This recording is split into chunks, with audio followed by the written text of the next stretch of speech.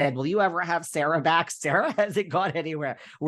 People have been asking for years and years and years if I would do the solo stuff like you do, like everyone else does. I avoided it. I explained on Patreon why I avoided it. You convinced me to finally do it, and it was a huge hit. It was honestly, Sarah, it was our biggest weekend yet on Patreon. So thank you for convincing me to go solo. But everyone is still in the mix, Catherine and Sarah. But I will this weekend talk about my recent phone call with Margaret. But yes, people say all that, and I mean, as Heather Dubrow says, Heather Dubrow just came out with anyone that believes lies about you without actually speaking to you wanted a reason to turn against you to begin with. And I'm like, God, Heather Dubrow, you are so wise. She's so wise, that Heather Dubrow. $55 million makes you really wise.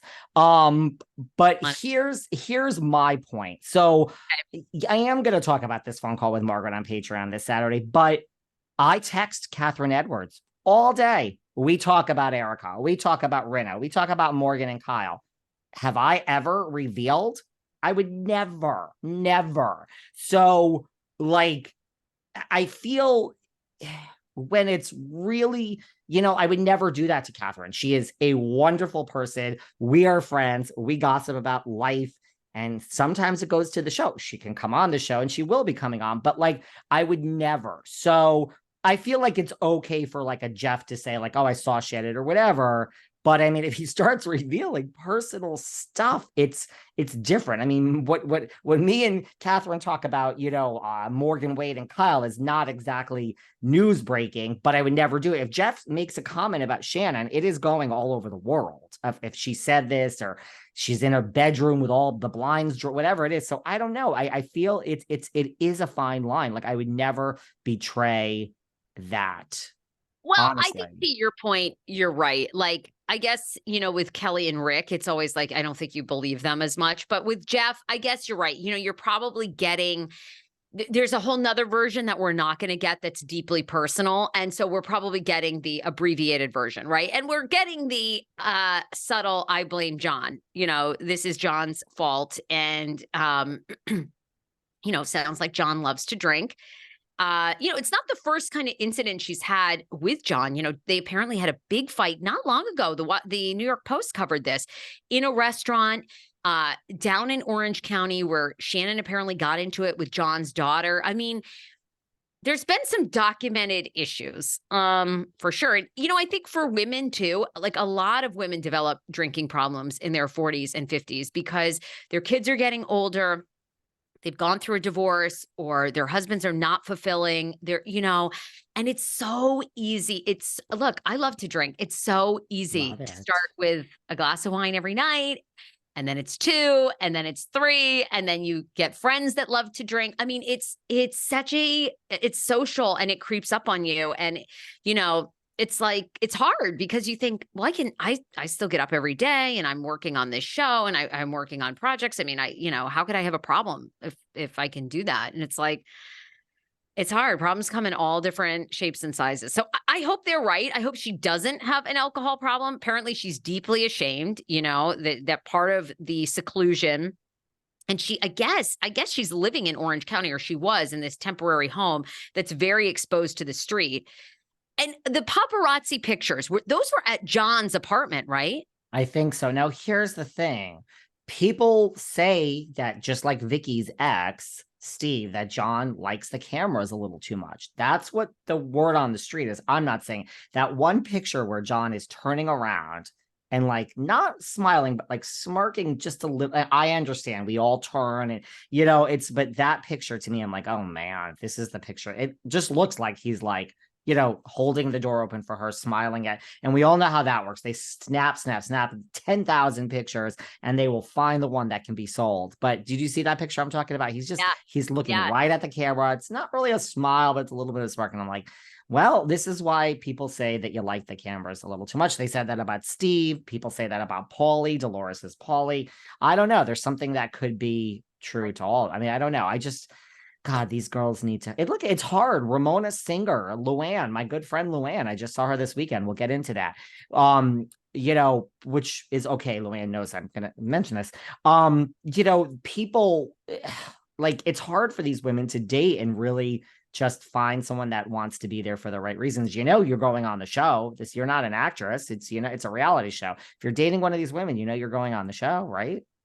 Oh, 100%. And I think, I don't know. I think it's hard to get a man that yeah, I mean, I don't know that these women would even be attracted to a guy that didn't want to be on camera because it's not beneficial to them either. You know what I mean? So you are attracting a certain type of person, that's okay with the limelight and the attention and likes to be recognized. And, they're kind of, all of them are dealing with a kind of fame that's sort of like the perfect balance. Being Taylor Swift famous seems great, but it's like a nightmare, like you can't go anywhere. You have to have 24/7 security. Nut jobs are trying to break into your home, or they think that you're communicating with them through your concerts. But with the housewives, it's like there's a certain subgroup that cares, but the general public has no idea who fucking John Jansen is or cares. But the general public doesn't know who fucking Shannon Beador is. No. But honestly, if you're in Orange County with a certain group of women, they're like, oh my God, myself included, 41-year-old millennials who love your programming are, I'd be like, I'd go and take a picture with John. I'd be like, oh my God, John, like we need a photo. Let's have a drink. Like, I mean, John for sure 100%. loves. Steve was handsome too. I'm obsessed with Pauly. I would need a photo. I would take a photo with Pauly to post it for this job, but I love an dark believe Irish. it or not, I put John Jansen the most attractive out of him, Pauly, and Steve. And Steve, I put Steve second, and I put Pauly Steve, third. and John is like, I'm sorry. I mean, John is like fine, but no. And John, no. I don't mind him. Who do you rank first? Okay, you think John is first, then Steve, then Pauly. Yeah, honestly, I'm being really, that's my honest, like, physical thing. Yeah. Can I tell you something? Because now the question is, where has Shannon come from? Like, there are sources that now, I mean, well, there's not sources, there's chatter that says she was at John, she had a fight with him. Here's my thing. What is Archie? I mean, I know it's different, and you could say it's a service dog and you're like a local person, and yeah, they're gonna and it's maybe warm and you're sitting outside. But if you're out for a night of drinking at the bar, where is Archie? In the bar with you? Or is Archie in how are you coming from a night out if Archie's in the car? That's what I don't understand. Well, doesn't that lend itself to she was at John's and coming from John's? Yeah, I think so. And by the way, animal control is now involved. I don't know if this is going to go anywhere, but they're at least calling. And I mean, I don't know if they have a choice, right? Like, I mean, it's like on every paper that the dog was in the car and you were driving drunk. Yeah, that's a reason to call animal control. Is it? Well, no, but I mean, the way things work in the world, like ask like my friend Shannon Doherty, like she's very into the animals, and like people, wait, I have something else to say. I know, I always have something else to say. But listen, you guys know I've been having a lot of digestive issues lately. I've shared that with all of you throughout the past few weeks. I share a lot with you guys. But you know what I didn't know? I didn't know that these digestive issues were caused by potential toxins that are in these quote unquote healthy foods. I thought I was eating right. Oh my gosh. I have learned so much. We've been hearing about, these healthy foods for years, right? Well, this potential toxin causes digestive issues, according to Dr. Gundry. He's a world's renowned cardiologist. And the harmful condition is affecting millions of people nationwide. It was affecting me. Now, here's the thing. There's so many warning signs that I now saw that I didn't realize. Weight gain, hello. I mean, that's all I talk about with you guys. Fatigue, digestive discomfort, stiff joints. I've even had skin problems. And, listen, I'm not a spring chicken. So I just personally thought that all these things were happening because I was getting older. Well, Dr. Gundry explains that these side effects are often mistaken for normal signs of aging. Now I know. So listen, I can assure you that the damage is probably caused by these healthy foods, and it's far from normal. The good news is you can easily help fix the problem from your own home. It's very simple. You just have to know which foods are actually healthy and which contain this hidden potential toxin. It's that simple. So you can find this for yourself at gutcleanseprotocol.com/velvet. That's gutcleanseprotocol.com/velvet. You can just click on the link in the description below this video. Because after years of research, Dr. Gundry has decided to release an informative video to the public free.